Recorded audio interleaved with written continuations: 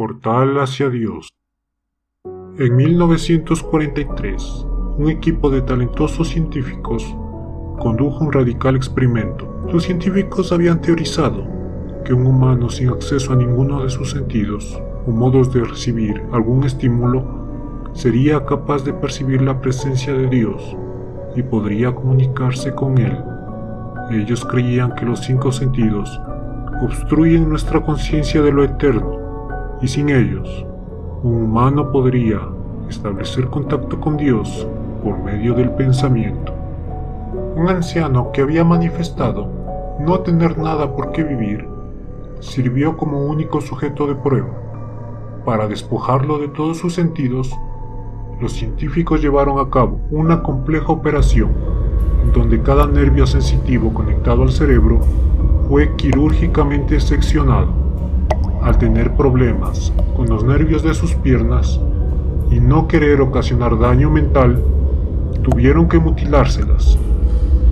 Al terminar la operación, el sujeto había quedado tan desfigurado que muchos de los científicos catalogaron al experimento de inhumano y se retiraron abandonando, dejando al equipo reducido a solo 3 individuos, entre ellos el director del experimento y 2 asistentes. Aunque el sujeto podía hablar, respirar y moverse, ya no podía ver, oír, saborear, oler o sentir. Con ninguna posible manera de recibir información del mundo exterior, fue dejado solo con sus pensamientos. Los científicos le monitoreaban mientras hablaba en voz alta, mostrando un escaso y turbio estado mental. Balbuceaba frases incoherentes que no podía ni oír. Después de 4 días, el sujeto clamó, estar escuchando susurros e inteligibles voces en su cabeza. Los científicos asumieron que eran indicios de una psicosis y prestaron poca o nada atención a las inquietudes del hombre. A los 6 días de haber iniciado, el sujeto dijo poder escuchar a la esposa de un doctor hablarle, y más aún, aseguró poder dialogar con ella. Los científicos estaban intrigados, pero no estaban convencidos, hasta que el sujeto comenzó a darles información concreta de ella.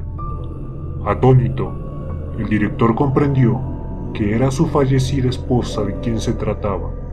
El sujeto repitió la información personal que ella le había comunicado y que solo el director mismo conocía. Después de 3 días de conversar con varios fallecidos más, la salud mental del individuo comienza a degradarse. Argumenta que las voces son abrumadoras y llenas de dolor. Todos contaban cosas horribles, de terribles penurias que padecían. El director, angustiado, intentó preguntar por su esposa, pero ya nada podía escuchar el lamentable sujeto.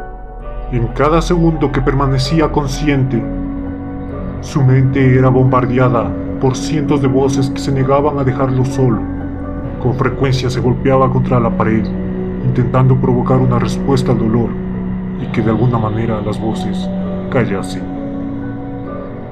Él rogó a los científicos, por sedantes, para de alguna manera escapar de las voces al dormir. Esta táctica funcionó durante 2 días, hasta que empezó a tener desagradables pesadillas. Insistía en que él podía ver y escuchar a los fallecidos en sus sueños. El día 12, el sujeto comenzó a gritar y desgarrar sus inservibles ojos, con la esperanza de sentir algo del mundo físico. El sujeto ya histérico clamaba que las voces de los muertos se volvieron insoportables, hablando de continuas torturas. Cada día se convertía en más angustia para el sujeto y el director. Los 2 ayudantes, atemorizados de lo que allí ocurría, abandonaron el proyecto, quedando únicamente el director y el anciano en las instalaciones. Después de unas 2 horas, ya solo gritaba: «Todo es desgracia, no hay perdón». Continuamente rogaba ser asesinado, pero el director, que ya estaba en un estado mental deplorable, tenía la esperanza de que le hablase de su esposa muerta, por lo que dejó sufrir al hombre tal tortura.